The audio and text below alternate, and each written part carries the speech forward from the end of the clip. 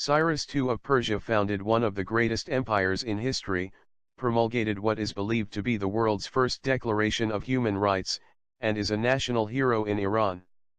Oh, and ever since last December, when the United States recognized Jerusalem as the capital of Israel and made plans to relocate the U.S. embassy there, prominent Israelis have explicitly compared Donald Trump to the ruler who has gone down in history as Cyrus the Great. The Trump-as-Cyrus meme was made explicitly by Israel's Prime Minister, Benjamin Netanyahu, during his visit to Washington last month. "I want to tell you that the Jewish people have a long memory, so we remember the proclamation of the great king, Cyrus the Great," Netanyahu said at the White House.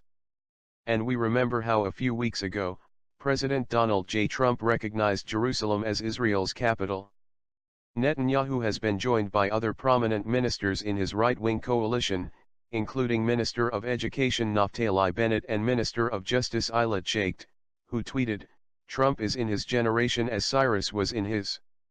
Yehuda Glick, the American-born rabbi who is a leader of the movement to build a third Jewish temple in Jerusalem, has said that anyone who does not see that Trump's declaration resembles Cyrus's should buy himself a new pair of glasses.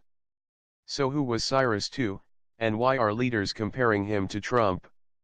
Cyrus is mentioned in several books of the Bible, including Ezra, Isaiah, and 2 Chronicles.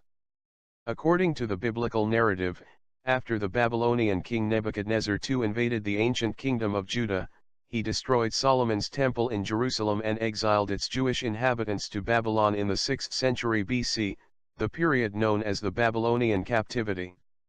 But after 70 years, the Persians under Cyrus conquered Babylonia and allowed the Jews to return to their homeland and rebuild the temple. The Second Temple stood for approximately 500 years before the Romans destroyed it. What did Netanyahu mean by the comparison? He may have simply wished to remind the world that the historic connection of the Jewish people to their ancestral homeland goes back millennia. Or he may have sought to draw a connection between two figures who, as the leaders of the global superpowers of their respective times, were generous to the Jews. Or perhaps it was nothing more than grandiose rhetoric, intended to flatter a president known for being especially susceptible to flattery. And of course, Netanyahu's rhetoric may have been intended to resonate with entirely different audience, Trump's Christian Zionist supporters. Vox's Tara Isabella Burton has argued that some Christian evangelicals liken Trump to Cyrus to reconcile themselves to Trump's unchristian behavior and personal indiscretions. Cyrus is the only non-Jew in the Hebrew Bible to whom the Hebrew word Mashiach, meaning anointed one or Messiah, is applied. According to Burton, for evangelicals, Trump is like Cyrus anointed, that is, he is an irreligious man who, despite being unbelieving himself, is nonetheless an unwitting agent of God's plan.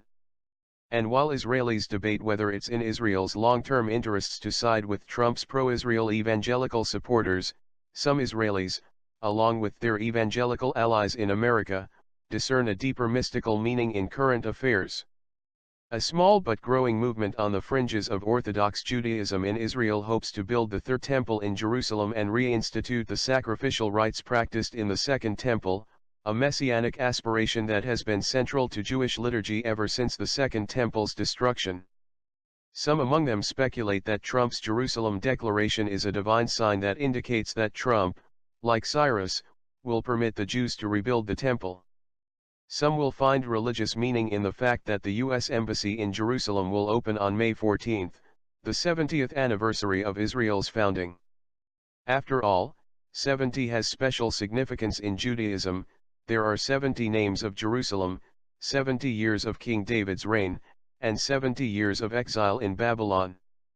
Trump has been non-committal about fulfilling his role as the anointed one and presiding over the opening of the embassy we're looking at coming.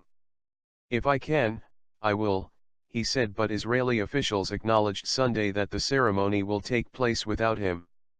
Israeli media reported Sunday that his daughter Ivanka and son-in-law Jared Kushner, who are Jewish, will stand in for the president. A spokesman for the White House said there was no announcement at this time.